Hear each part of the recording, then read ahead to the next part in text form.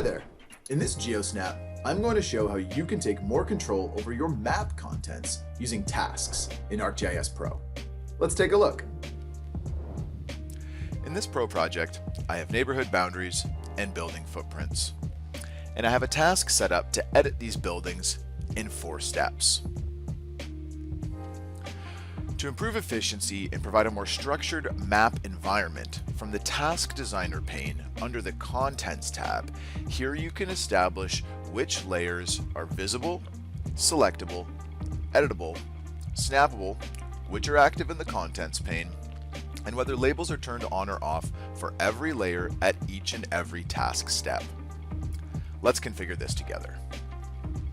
When selecting a neighborhood boundary by rectangle, we want to turn off our buildings while making sure the neighborhood boundaries are visible, selectable, and have their labels turned on. When editing the building footprints, we want to make sure that our buildings are visible, selectable, and editable, and we can turn off our neighborhood boundaries for now. And here we can also turn on our world imagery base map for reference during the editing phase. When reviewing the attributes, I want to carry over all of the settings from the previous step, so I'm going to make no changes here.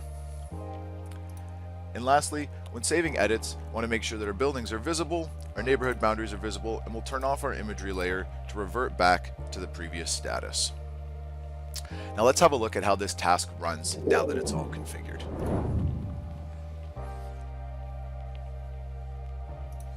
We can select our neighborhood boundary. Notice the layers change. Find a building footprint to edit. Perform the necessary edits. Review and adjust any attributes. And lastly, save all our edits.